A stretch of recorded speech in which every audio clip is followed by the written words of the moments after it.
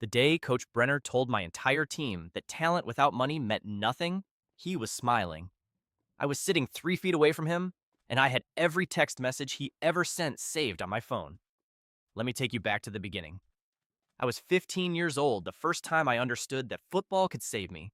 Not from anything dramatic, just from the slow grind of watching my dad come home from the steel plant with his hands cracked and his back bent, eating dinner in silence because he was too tired to talk. We lived in a terraced house in West Haven, the kind of neighborhood where the gutters stayed broken for 2 years before the council fixed them, where the corner shop had iron bars on the windows and the kids played out anyway because there was nowhere else to go. My mom worked shifts at the hospital laundry. We were not poor in the way that makes the news. We were poor in the way that nobody notices.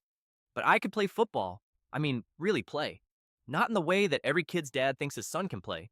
I mean, the kind where coaches stopped talking when I touched the ball, where boys 2 years older than me started watching my feet, where the PE teacher at school, Mr. Hadley, pulled me aside after a Wednesday afternoon session and said quietly, like he was telling me something dangerous, "You need to be at Harwick United's Academy trials next month. I'm serious, son. This is real." I went to the trials. I was the youngest kid there by a year and a half. I got selected. Coach Brenner ran the Harwick United Under-16 Academy squad. He was 43, stocky, with a gray beard he kept trimmed in a way that said he cared about appearances. He wore the club tracksuit, even on days off. He drove a Land Rover that was slightly too new for what academy coaches earn. He had a handshake that was firm, and a voice that was loud, and a way of looking at you that made you feel, in the first 30 seconds, like he had already decided what you were worth. The first time he watched me train, he nodded slowly and said, "Good feet. Work rate needs improving." I went home and worked on my work rate for 3 weeks straight. I came back and ran more ground in training than anyone else on the pitch. He nodded again and said nothing. I told myself that was just how serious coaches operated. I told myself I needed to earn it. That was the first thing I got wrong. The squad had 16 players. I learned their names quickly, the way you do when you're the new one and you're watching everything. There was Danny Kowalski, quick winger, decent touch, but inconsistent. Marcus Webb, central midfielder, strong in the air, but slow turning. And then there was a cluster of boys I started noticing for a different reason. Theo Garland, Ollie Staines, Freddie Marsh. Theo's dad drove a BMW and brought coffee in a branded thermos to every training session. He always found a reason to talk to Coach Brenner near the touchline, always laughing, always with a hand on the coach's shoulder. Ollie's parents had donated a new ball bag to the club the previous season, which everyone knew because there was a small laminated card on it with their name. Freddie's dad had apparently taken Brenner to a corporate hospitality box at a Premier League game the previous Christmas. I noticed these things the way you notice weather. Background information. Not yet a pattern. The pattern started in October. We had a regional qualifier against Northgate FC. I had been the first choice left midfielder for 6 weeks. I had the best assist numbers in the squad. My pressing stats, which Brenner himself tracked on a tablet during training, showed I covered more distance than anyone in my position in the league. I had scored 4 goals in 6 matches. I was not imagining this. The numbers were real. The team sheet went up on the Friday before the Saturday game. I stood in front of it in the corridor outside the changing room. My name was not in the starting 11. Ollie Staines was in my position. Ollie Staines, who had 1 goal all season. Ollie Staines, whose first touch in tight spaces was so unreliable that even the other boys had started quietly joking about it. I knocked on Brenner's office door. He looked up from his desk with an expression that was not quite surprised and not quite guilty, somewhere in between, a face that had practiced being neutral. "Coach, I wanted to ask about the team selection." "Tactical decision," he said. "Ollie's been working hard." "I understand that, but can you help me understand what I need to do differently? My stats?" "Stats aren't everything." He cut me off without raising his voice. "There are other factors: attitude, team dynamics, trust." I said nothing for a moment. I looked at him. "Okay," I said. "I'll keep working." I left his office and stood in the corridor for about 30 seconds. Then I took out my phone and opened the Notes app and typed October 14th. Dropped for Northgate game. No tactical explanation given. Ollie Staines selected.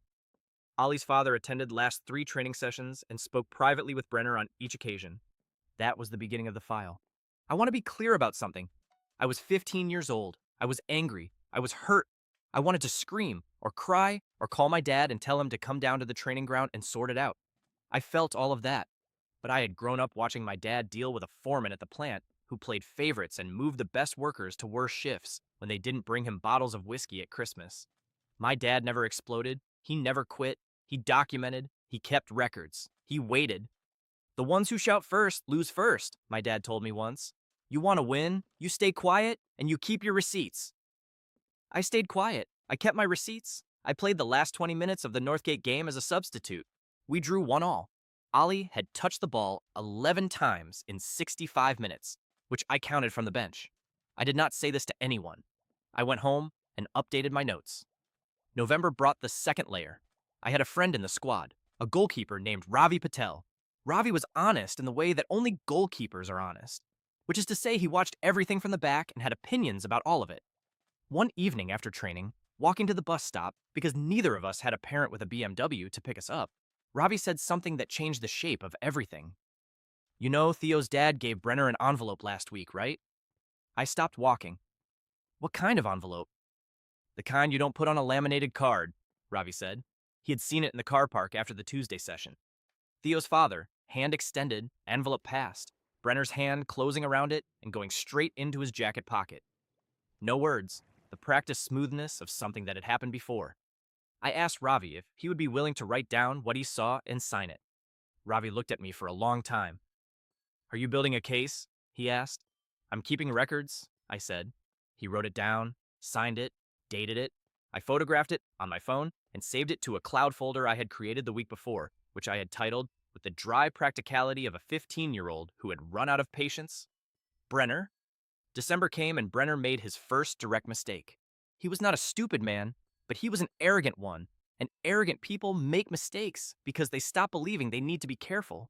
He sent a message to the parents' group chat, which several parents had added their sons to so the boys could see fixture updates. The message was meant for a separate thread. I know this because of what it said.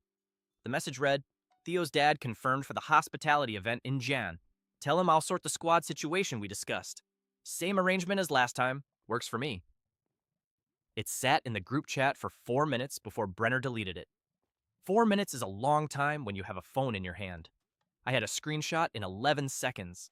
I sat on my bed that night and looked at my phone screen for a long time. The screenshot, the notes file, Ravi's signed statement, the team sheets I had photographed every week, the training stats I had copied from the shared drive before Brenner realized I had access to it, the goal and assist records from the league's official website, which were public and which showed my numbers against every other player in my position across the region. I was not going to take this to my parents yet. My mom would panic, and my dad would want to confront Brenner immediately, and that would end with me being quietly removed from the squad for being a troublemaker. I was not going to take it to the club committee, because 2 of the 3 committee members had children in the junior squads, and Brenner had been at Harwick United for 9 years and had a shelf of regional trophies in his office. I needed a stage, a public one, a stage where losing face would mean something. I thought about the Regional Association Scouting Tournament. The annual scouting event was held in February. It was the single most important fixture in the academy calendar. Scouts from 4 professional clubs attended. Association representatives graded coaches and programs. It was the event where boys got noticed. It was also the event where coaches got evaluated. Brenner's contract renewal was tied to the club's performance at this tournament. I knew this because Ravi had overheard 2 committee members talking about it in the car park after a board meeting. If I was going to do this, I needed to do it there. I had 8 weeks. I trained harder than I had ever trained in my life. Not to impress Brenner. I had stopped caring about impressing Brenner. I trained because I needed to be undeniable. I needed to be the kind of player that scouts remembered even from the bench. I needed my numbers to be so clean that no one could argue with them. I also did something else. I found the Regional Association's safeguarding and integrity contact on their website. I sent an email. I did not send all the evidence. I sent a summary, 3 paragraphs, professional in tone, which said that I had documented evidence of financial arrangements between a parent group and an academy coach that appeared to influence team selection, and that I would be prepared to present this evidence at an appropriate time, and that I was a current player in the affected squad who was willing to be identified. I received a response within 4 days. A woman named Ms. Carver from the association's integrity panel. She asked me to send the documentation. I sent it, all of it.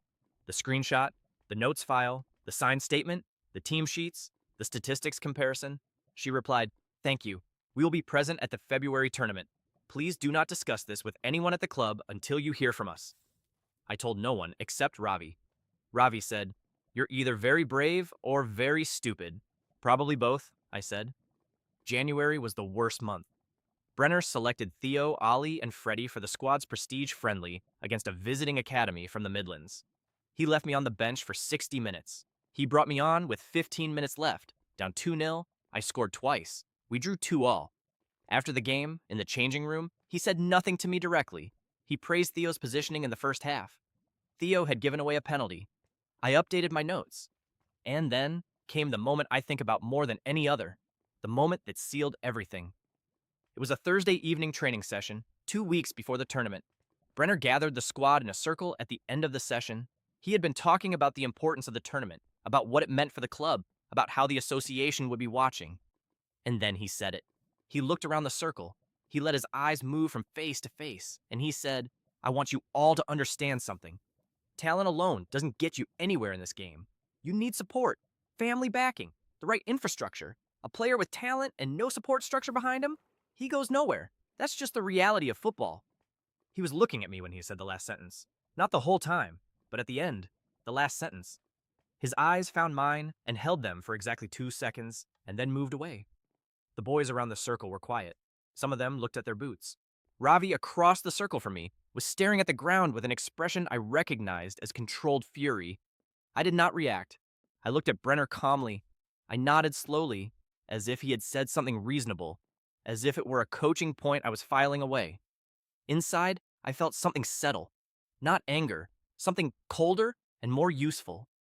The kind of feeling that comes when you realize you no longer need to wonder whether you are right. He had just said the quiet part out loud, in front of 16 players. He had just handed me a witness statement from an entire squad. I went home that night and sent Ms. Carver a brief message. "He made a public statement to the squad tonight that I believe is relevant. I have multiple witnesses. Please advise." She replied the next morning, "Noted. We'll see you at the tournament."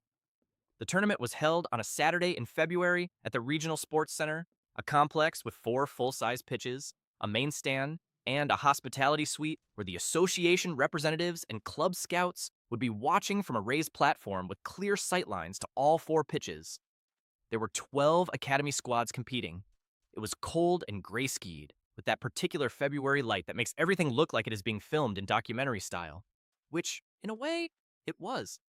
I arrived early. My dad drove me. He did not know the full plan. He knew I had been treated unfairly. He knew I had been keeping records. He knew something was going to happen today. He parked the car and looked at me before I got out. "You ready?" "Yes," I said. "Whatever happens in there, you play your game. Everything else takes care of itself." I nodded. I got out of the car. I had my phone in my left jacket pocket with the folder open. I had a printed copy of the key documents in a sealed envelope in my kit bag, addressed to Ms. Carver, which I had prepared the night before. Brenner was already at the pitch side when I arrived. He was talking to Theo's father, who had come despite it being a players' and coaches-only event. Theo's father was not supposed to be on the pitch side. He was supposed to be in the spectator area. I noted the time and took a photograph. The team sheet went up at 9:15. Theo, Ollie, and Freddie were all starting. I was on the bench. Ravi found me near the touchline. "Bench again," he said. "I know. You okay?" "I need you to do something for me," I said. "When the association woman comes to speak to the squad, I need you to tell her what you told me, what you saw in the car park, exactly as you wrote it." Ravi looked at the stands. He looked at Brenner. He looked back at me. "Okay," he said. The first match kicked off at 9:30. We were playing Eastfield Academy, a well-organized side with a strong defensive shape. Within 12 minutes, it was clear that our starting lineup was struggling. Ollie lost the ball 3 times in the first 10 minutes in positions where he had time and space. Theo, playing off the striker, was invisible. Freddie was working hard, but going sideways. At 20 minutes, the score was 0-0, but we were being outpressed. I could see the scouts in the stand making notes.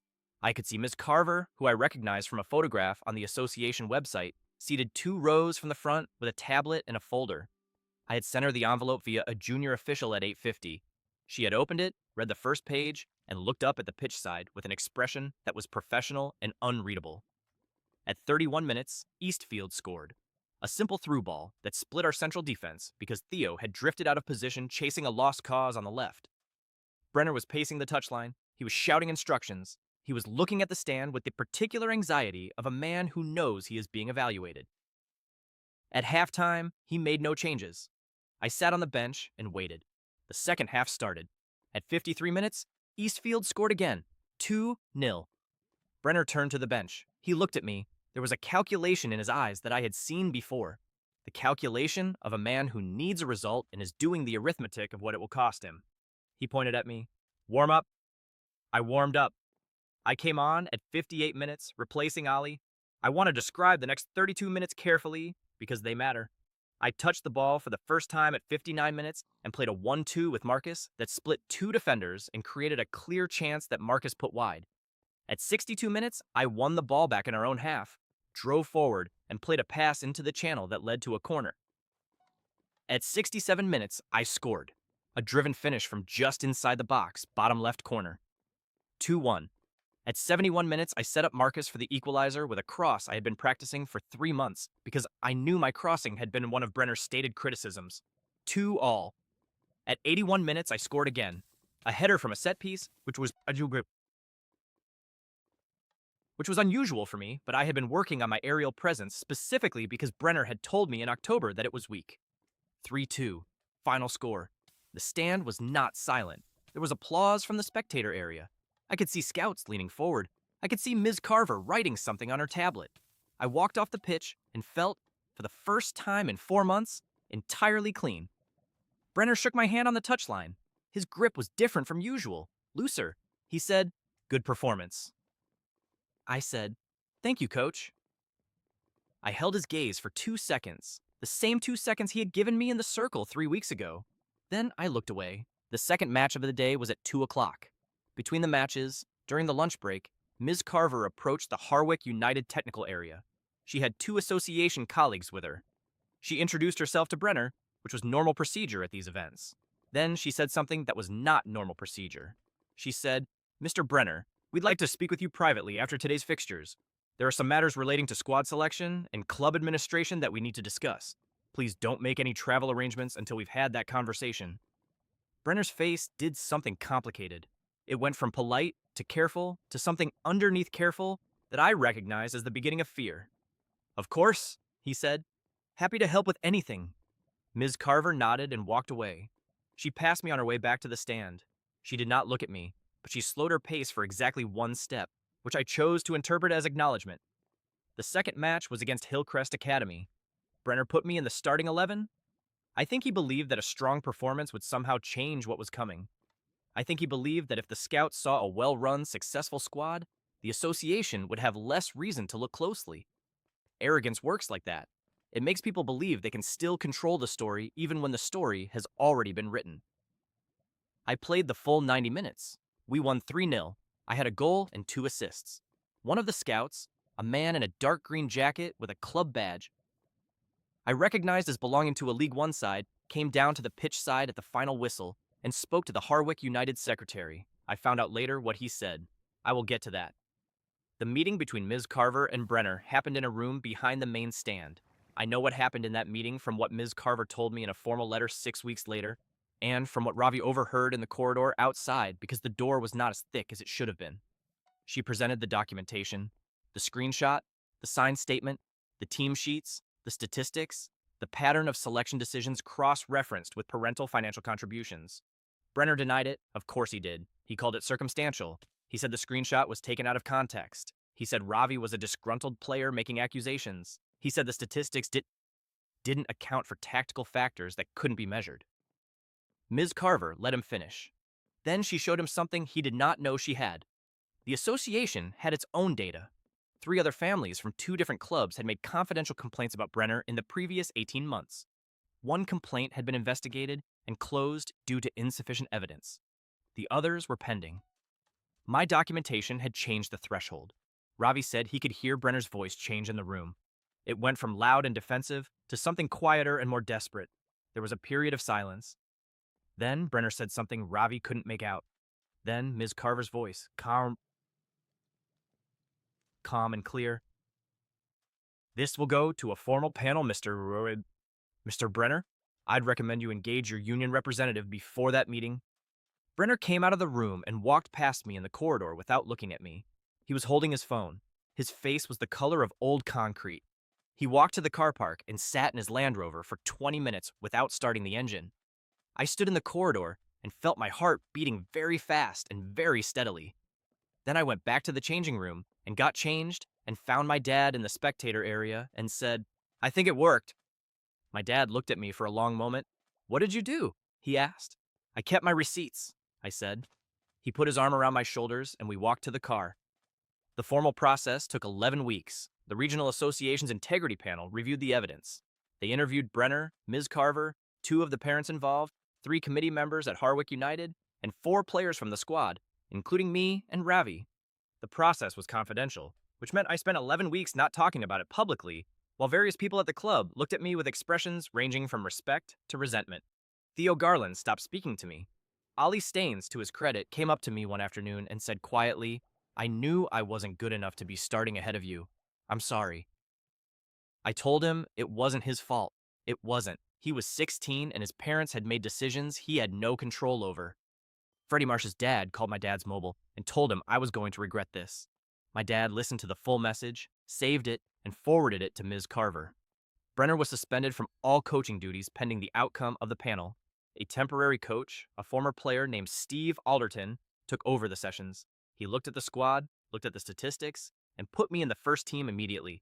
"Should have been obvious from the numbers," he said, not to anyone in particular. The panel's findings were issued in a letter that arrived at my home address on a Tuesday morning in May. I opened it at the kitchen table with my mom and dad sitting either side of me. The panel had upheld the complaint. They had found sufficient evidence of a pattern of selection decisions influenced by financial considerations outside the normal operation of the club. They had found that Brenner's conduct was in breach of the association's coaching code of conduct and integrity guidelines. His UEFA coaching license was suspended pending a further disciplinary hearing.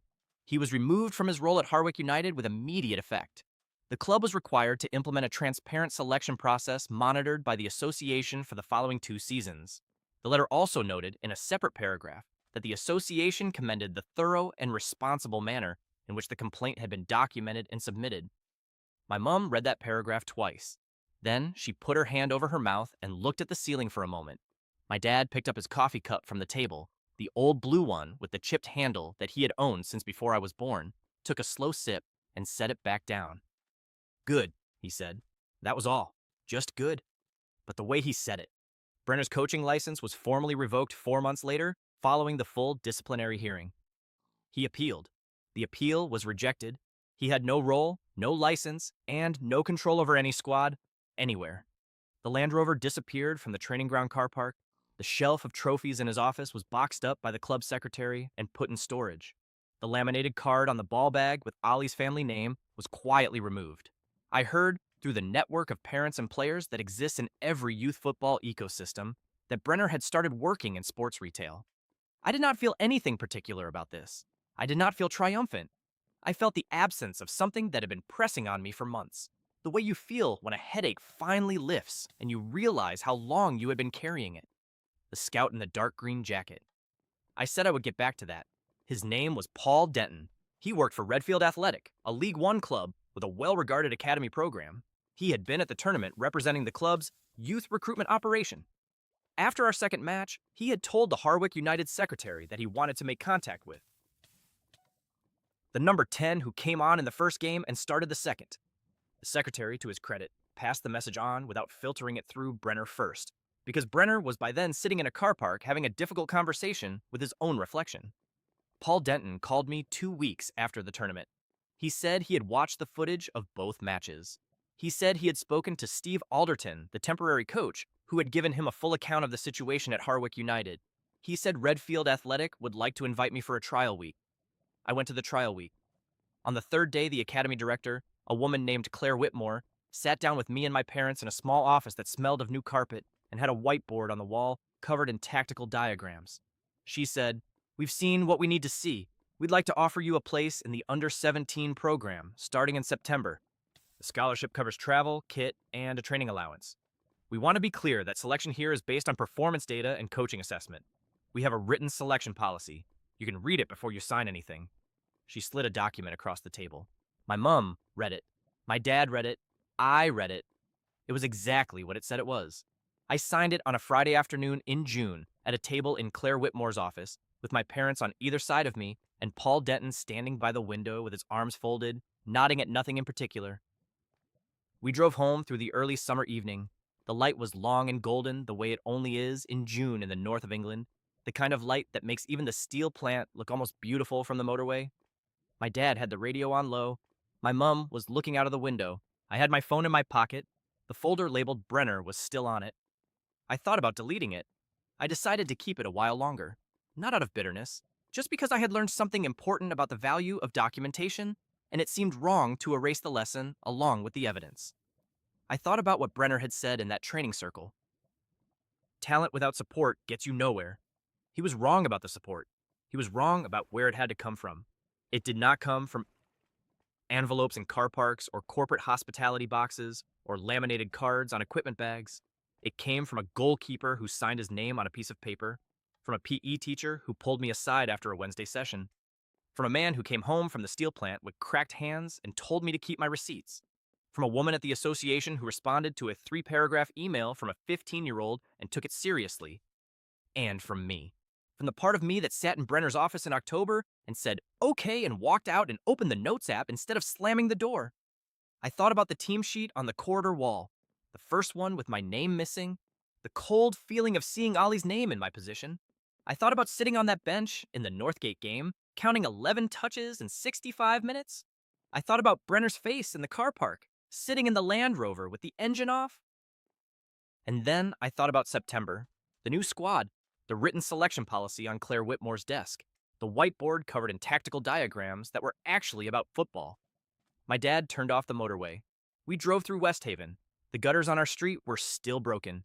The corner shop still had iron bars on the windows. The kids were still playing out because there was nowhere else to go. I looked at all of it through the car window and felt, for the first time in a long time, like I was exactly where I was supposed to be. Not because everything was fixed, because I knew the difference now between a door that was locked and a door that was simply closed. And I knew how to open doors